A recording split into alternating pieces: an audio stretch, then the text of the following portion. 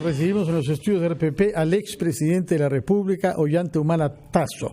Recordemos que el señor Humala fue candidato 2 veces, primero el año 6 y luego el año 11 cuando salió victorioso. El 6 también había pasado a la segunda vuelta donde quedó segundo, pero había entrado primero en la segunda vuelta después de haber creado en un partido político, el Partido Nacionalista. Nos interesa por eso su experiencia como observador de la vida política de nuestro país, sobre todo por el tema judicial, saber lo que usted quiso hacer y no pudo hacer para mejorar nuestro sistema judicial. Pero al mismo tiempo usted tiene algunas dificultades judiciales, básicamente 2, una que tiene que ver con el financiamiento de sus campañas, se le atribuye haber recibido dinero ilegalmente, primero de Venezuela y luego de Brasil, y el otro tema remonta a más tiempo, hasta el año 92, cuando se desempeñaba como capitán del ejército en una base antisubversiva en la que se le reprocha haber violado derechos humanos y ser responsable de asesinatos, encubrimiento de cuerpos humanos y compra de testigos. Primero hablaremos sobre estos temas judiciales que le conciernen, esperando que haya tiempo para hablar sobre la situación política de nuestro país. ¿Qué nos puede decir en general sobre la situación judicial que usted tiene respecto de estos 2 temas? Buenos días a todos. Buenos días. En principio, lo que tengo que decir es, en el primer caso de Madre Mía, es un tema que nace en la política. Yo jamás he violado derechos humanos, nunca fui denunciado ni en la Comisión de la Verdad, ni siquiera en una comisaría. Y cuando soy candidato a la presidencia, vienen estas denuncias antes de la primera vuelta electoral. Me sometí a las investigaciones y después de casi 4 años fui absuelto. En el proceso que usted mencionó de compra de testigos, yo no he sido llamado ni siquiera como testigo. Son procesos que ya acabaron. Y después, a las finales de mi gobierno, nuevamente me salen denuncias sobre supuestas desapariciones en Madre Mía. Obviamente, lo que yo he hecho es presentarme ante la Fiscalía, ante las 2 fiscalías que están investigando, para ponerme a derecho, como diríamos. Hasta el día de hoy no se me ha incluido en el proceso. He insistido para que se me incluya porque creo que tengo el derecho a defenderme. Y obviamente lo más probable es pues que me incluyan, seguramente en la condición de investigado, y me defenderé porque estoy con la conciencia tranquila. La mayoría de esos casos son refritos del 2006, ¿no? Y obviamente ya han habido más de 80 diligencias que se han llevado a cabo en su momento y hay una sentencia clara. Buenos días. Perdón, te quería preguntar sobre en cuanto a Brasil, ¿no? En el tema de Brasil, a mí no se me está denunciando por actos de corrupción. A mí lo que se está investigando es un tema de supuestos aportes de campaña que tampoco sería ilegal, pero nosotros hemos rechazado, no los hemos recibido. Ahora, lo que puedo señalar acá es una reflexión, ¿no? Lo que yo veo es una estrategia de Odebrecht en el Perú frente a la falta de una estrategia corporativa de la Fiscalía. Porque la estrategia de Odebrecht tiene una meta clara, ¿no? Es conservar su patrimonio, que son miles de millones de dólares en el Perú, es blindar a todos sus funcionarios y evitar pagar una reparación civil. Para eso lo que han hecho, han desdoblado 2 temas, ¿no? Un tema que es sus relaciones en las campañas políticas y el otro tema son los actos de corrupción. El tema, lo que ha avanzado más es obviamente sus relaciones en las campañas políticas, porque ahí Odebrecht no va a pagar reparación civil. Y en lo que es actos de corrupción que corresponden al gobierno de Alan García y de Alejandro Toledo, ahí no han avanzado mucho. La Fiscalía lo que ha hecho es actuar bajo esa estrategia de Odebrecht, que actúa corporativamente, ¿no? Y ha firmado en una fiscalía un acuerdo de no incriminación, que no tiene base legal en el Perú, porque en el Perú lo que funciona es los acuerdos de colaboración eficaz, en el cual el colaborador tiene que asumir que es culpable, una sentencia y un perdón, un beneficio penitenciario. En este caso, los acuerdos de no incriminación es simplemente no lo condenan, no tiene antecedentes, etcétera, de tal manera que Barata, con ese acuerdo de no incriminación, podría volver a trabajar en el Perú sin ningún problema. Podemos preguntarle, porque en nuestro caso, se está volviendo una exposición. Disculpa, Aldo. En nuestro caso, en el tema de Odebrecht, Barata ha conseguido todo solamente con nuestro caso, ha podido repatriar su plata, que son más de 13 millones de dólares, blindar a sus funcionarios, y hoy día se encuentra con la sartén bajo el mango, la fiscalía dentro de la sartén, y hay una opinión pública que está calentando esa sartén. Sí, Aldo, disculpe. Sobre el caso sobre el caso de Madre Mía, usted dice que fue absuelto, pero en las agendas, puño y letra de su señora esposa, figura una componenda judicial de un señor Ojitos, que habla con un señor San Martín en el Poder Judicial y un tercer juez que ya falleció, no me acuerdo su apellido, en diciembre de ese año, cuando se veía la vista de la causa. Entonces todos tenemos serias dudas sobre su solución, porque ahí se ha visto una movida de su abogado, que le preguntaría paso, ¿quién es Ojitos? ¿Y qué me dice eso? O sea, usted fue absuelto, Pablo Sánchez, sí es cierto, con César San Martín, pero uno lee esa página de la agenda y ahí se ve una coordinación clarísima en los días de la vista de la causa, para exculparlo. Sí, ¿cuál es la pregunta? La pregunta es esa, pues, ¿quién es Ojitos? No sé quién es Ojitos. ¿No sabe quién es Ojitos? No sé qué es eso, pero vamos. ¿Y su mujer por qué escribió eso en la agenda? Mire, el tema de las agendas, que es un tema en el cual tiene muchos años este tema, son documentos que fueron robados de mi domicilio, ¿no? Y sobre esos documentos no se ha hecho nada con respecto a los ladrones, ¿no? Donde está involucrado un excongresista y personal de servicio doméstico. Lo que hay ahí son anotaciones que en realidad eran o expectativas, otras cosas que no. Expectativas, señor Humala, le está diciendo, anda en la mañana a hablar con San Martín y con el juez tal para solucionar el tema de Ollanta en Madre Mía. No, eso no es lo que. Entonces, eso es lo que se lee en la agenda. Usted, su mujer, ¿por qué escribió eso? Es que no me diga que lo absolvieron porque usted es la paloma del Espíritu Santo. Uno lee la agenda y ahí una clara movida judicial. Sí, lo que no me quiere decir quién es Ojitos y seguramente sabe quién es Ojitos, pues. Bueno, entonces usted está dudando de mi palabra, entonces no podríamos, entonces no sé a dónde podríamos llegar. Yo no dudo de su palabra, pero usted puede dudar de mi palabra. El hecho, lo que no debe dudar usted, ¿no? Como periodista objetivo que debe ser, sí, ¿no? Es el expediente. Yo le invito a que lea el expediente de Madre Mía, sí, y se dará cuenta que eso no tiene absolutamente ninguna injerencia, porque el expediente fueron casi 4 años. No se tomaron en cuenta un montón de lo que decían los testigos. Se le dio toda la vuelta al expediente. Por eso ese expediente es una vergüenza, esa investigación que hubo, Madre Mía. Y encima tenemos la hoja ahí que escrita al puño y letra por su esposa, donde dice vamos a hablar con San Martín y con el otro juez. Entonces, no, pues, señor Humala, no me diga que fue robada y que no, las cosas están ahí.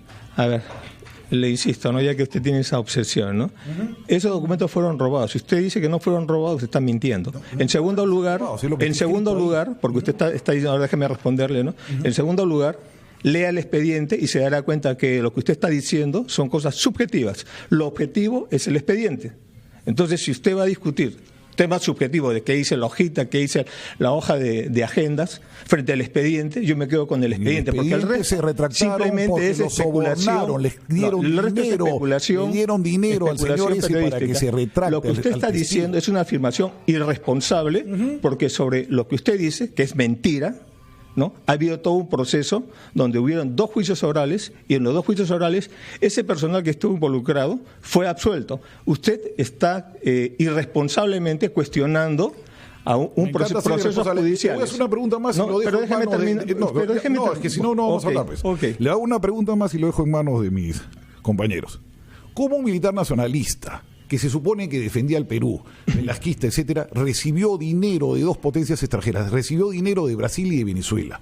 ¿Cómo usted puede decirse que es nacionalista cuando recibió dinero dentro de una campaña política de su país, de 2 países extranjeros? ¿Le parece eso va con su espíritu nacionalista? Usted está haciendo una afirmación irresponsable y mentirosa. Ya, soy un irresponsable y mentiroso. Porque usted tiene la libertad como periodista de decir todas estas cosas, pero lo que usted está haciendo es mentir al país a través de RPP, porque campaña no está, eso yo lo he rechazado, no hay ninguna prueba que pueda meritar lo que usted dice, solamente su elucubración, su sospecha nada más. Eso es, pero claro, usted no tiene ningún reparo en mentir descaradamente. ¿De dónde vino el dinero en la campaña? Pero eso ya le he explicado y está en los informes de la OMPE. Lo que usted está haciendo es aprovecharse de su cargo de periodista para mentir y calumniarme a mí. Sí, usted debiera leer el expediente para poder afirmar claramente si hubo o no hubo algún proceso de compra de testigos. Ese proceso no fui involucrado yo. Brasilero, el otro ya ¿Me deja terminar, por favor? A mí me gustaría, antes de ir a la pausa, dejar en claro una cosa. Lo está haciendo las preguntas que tiene que hacer, pero acá hay una persona que tiene que responder, señor Humala, sobre casos de violación de derechos humanos. Estamos hablando sobre muertes de personas en un juicio que después se tuvo que abrir un proceso por compra de testigos. Que usted esté o no comprendido, no quita que es uno de los temas más graves que ha tenido que enfrentar no solo muchos militares en nuestro país, sino estamos hablando de un expresidente de la República. Es que yo pediría un poco de calma, porque hay muchísimo que responder, y por las vidas de esas personas, un poquito de respeto también.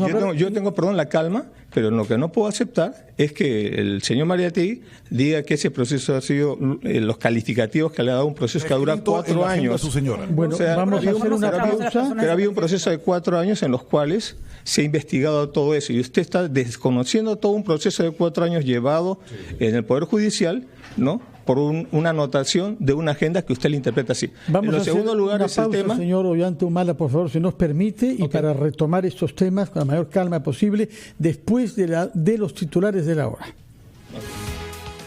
Estamos entrevistando en los estudios del RPP al expresidente de la República, Ollanta-Humala Tasso, y nuestra conversación se ha centrado en 2 reproches básicos que se le hacen: violación de derechos humanos durante su gestión como capitán del Ejército, y luego la recepción de dinero ilegal durante las campañas. Patricia del Río había planteado una pregunta al final de la primera etapa. La acusación que se le hizo en campaña sobre Madre Mía, hay que decirlo, desconcertó a mucha gente porque venía de un sector que normalmente no hacía ningún tipo de hincapié o no le preocupaba la violación de derechos humanos de los militares en el Perú. Podía tener claramente una direccionalidad política, y hubo la sala de Suprema del Poder Judicial que finalmente lo absuelve, pero, y el problema está en el pero, hubo indicios clarísimos después de que hubo interferencia para que los testigos dieran su testimonio en uno y otro lado. No se dio la información apropiada, está todo perfectamente documentado además en el libro de Marcos Cifuentes, que no sé si lo ha leído, sobre todo el caso Madre Mía, y si no hubiera habido las irregularidades, no existiría el proceso en el que usted quiere ser incluido como testigo. Entonces, vamos, señor Humala, una cosa es que lo hayan querido desprestigiar políticamente, y otra es cargar con las vidas o desapariciones de personas sobre los hombros. No lo estoy acusando, pero no se puede tomar como simplemente una anécdota o unas ganas de fastidiarlo. La acusación es seria y involucra a peruanos muertos, más allá de su participación o no en Sendero Luminoso, de manera absolutamente salvaje. Estoy de acuerdo con su comentario, y yo nunca lo he tomado como una anécdota, jamás. Por eso es que me he sometido a un proceso, pero no puedo aceptar. ¿Pero no cree que ese proceso se invalida en la medida en que después aparecen contradicciones con respecto a lo que dijeron los testigos, y se reconoce que hubo personas de su confianza en la zona que fueron a hablar con ellos y que incluso declaran esos testigos haber recibido dinero? A ver, ordenemos nuevamente el tema, ¿no? Empezaron de frente con este tema, y yo quiero abordarlo, si me dan el tiempo, porque quisiera también abordar el tema de la coyuntura política. Tendremos tiempo. Porque no soy perito judicial, soy político. Lo que he señalado, se han dicho una serie de barbaridades acá y mentiras del señor Mariátegui, ¿no? Como por ejemplo el tema afirmar, una cosa es preguntar y otra cosa es afirmar, ¿no? Él, por ejemplo, afirma irresponsablemente, saca de un documento robado la agenda y dice una reunión con el señor San Martín. ¿Por qué no le contesta Patricia del Río en lugar de dar vueltas y hacerse Déjeme terminar la respuesta, por favor, ¿no? Si usted mira si usted mira sus papeles, la reunión fue en el año 2010 y fue una reunión, ¿no? Como ya candidato, me parece que ya en segunda vuelta, me parece que fue en el 2011, una reunión pública, y que después, inclusive media hora después, fue la señora Keiko Fujimori. El tema de Madre Mía fue anterior a eso. Ahora, en segundo lugar, en ningún momento yo he tomado las cosas como una anécdota, y yo creo que más bien se está tomando las cosas como una especie de anécdota, y me parece irresponsable que se juegue y se trafique con desapariciones que pueden haber habido o no pueden haber habido de una manera tan deportiva, llevando por un lado un proceso mediático cuando se está llevando el proceso en el sistema de administración de justicia. Yo me he sometido a todas las investigaciones y rechazo lo que usted ha dicho, jamás lo he tomado como una anécdota. Yo le doy toda la seriedad del caso a este tema, y han sido 4 años que he estado siendo investigado y he colaborado permanentemente, y ahora que por presiones políticas del Congreso se forma la Comisión Madre Mía y en la Fiscalía nuevamente se abre un proceso para investigar este tema o nuevos temas, yo he pedido permanentemente apersonarme. Yo no estoy tomándolo como una anécdota, yo le estoy dando la mayor seriedad del caso, y es más, he reiterado hasta 3 veces que se me permita acceder al expediente y se me permita defenderme si voy a ser investigado. Y yo imagino que en estos días me pondrán pues de investigado. Pero no me estoy corriendo como García, como Toledo, ni como Fujimori. Yo estoy acá con mi familia y estoy asumiendo ese tema. Perdón, y el segundo tema, en el tema de Brasil, también tengo que rechazar lo que dice el señor Mariátegui de manera irresponsable, porque él afirma que ha recibido plata. Él habrá estado, pues seguramente. Su campaña no pero tuvo yo le digo, de Brasil, pero déjeme terminar la respuesta, por favor, señor Mariátegui. No es el ejército. Pero no se altere. Yo soy demócrata, no se altere. No se altere. Déjeme responder nada más, ¿no? Lo que digo, él está afirmando cosas, ¿no?, que ni siquiera la Fiscalía todavía ha firmado porque no tiene pruebas, ¿no? A ver, entonces, señor Humala, con una risa, eso suena la poca seriedad que tiene usted, señor Mariátegui, porque acá yo no he venido a mofarme de usted, le he venido simplemente a someterme a un pliego de preguntas, pero nosotros hemos rechazado esto.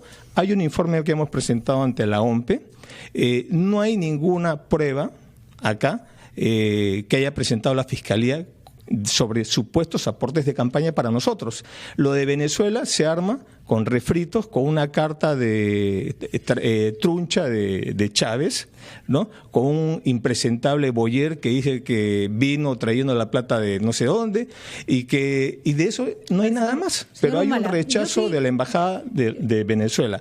Hay un rechazo del PT, ¿no? De la coyuntura política, le recuerdo que estamos hablando con un expresidente de la República, y eso, a diferencia de lo que las personas creen, no lo blinda ni le da un halo de superioridad, sino más bien lo vuelve una persona que tiene que ser cuestionada en todos sus actos públicos. Y me he sometido a eso, Por Patricia. eso, permítanos seguir haciendo preguntas. Con respecto al caso del financiamiento de campaña, que vamos a decirlo, usted no es el único involucrado y su movimiento no es el único involucrado, pero tampoco se trata de tontear a la población. Sobre los ingresos de su señora, que fueron materia de investigación y que siguen siendo materia de investigación, no hubo una conclusión clara y tampoco se entiende cómo su señora recibía dinero de empresas que no estaban ni bien constituidas y sobre servicios que no se pudieron comprobar. Y segundo, no es cualquier cosa que haya un funcionario que está colaborando eficazmente con la justicia peruana, que diga que se reunió con ustedes y que pueda describir exactamente las condiciones en las que se reunieron, y que además eso venga apoyado de otras referencias. A ver, entonces, no estamos hablando simplemente de rumores. Muy bien, yo le voy a explicar. Estamos hablando de sospechas. Entonces, en un juicio mediático la sospecha es condenatoria. Pero en un proceso de administración de justicia, que hoy día estamos viendo que está en crisis, la sospecha no es condena. Y a nosotros nos han puesto casi 10 meses de prisión preventiva, y nos han puesto además la incautación de nuestros bienes por sospechas, porque no hay ninguna prueba. Actos que hemos repudiado mucho, lo que le estamos, pero eso no impide. Yo agradezco bien, pero por eso déjeme completar la idea. Lo mismo, en los mismos temas no han hecho con García y con Keiko Fujimori, ¿no? A nosotros nos han aplicado de una manera abusiva una interpretación de ley. A ellos no. Estamos viendo que hay un doble rasero de la justicia. En segundo lugar, ¿no?, el señor Barata es un delincuente que se ha acogido a una colaboración eficaz en Brasil. El señor Barata pertenece a una corporación Odebrecht que está actuando corporativamente. ¿Cuál es la estrategia de ellos? ¿Cuál es la finalidad? La conservación de su patrimonio, que son miles de millones de dólares en el Perú, el blindaje de sus funcionarios. Y sobre eso ellos trabajaron, lo que dije, el acuerdo de no incriminación, que se lo han dado en las fiscalías de lavado de activos. Ese acuerdo de no incriminación no tiene base legal. Es por eso que ellos han avanzado por allí, ¿no? Y pueden decir lo que quieran, pero no se trata de decir nada más, sino tiene que comprobarse. Estamos viendo que en los casos de corrupción hay rutas del dinero, hay cuentas offshore, paraísos fiscales, testaferros. Acá lo único que hay es el dicho de Barata. Y lo quiero, permítame 30 segundos resumir. Odebrecht tiene 2 líneas, la línea directiva y la línea ejecutiva de operaciones estructurales. En la línea directiva tiene a Odebrecht, Mameri y Barata. Los 2 primeros señalan que autorizaron y apoyaron la gestión de Barata para pagar. Barata señala que sí entregó plata al Partido Nacionalista. Muy bien. ¿Qué dicen los 3 además? Que todo eso salió del Departamento de Operaciones Estructuradas.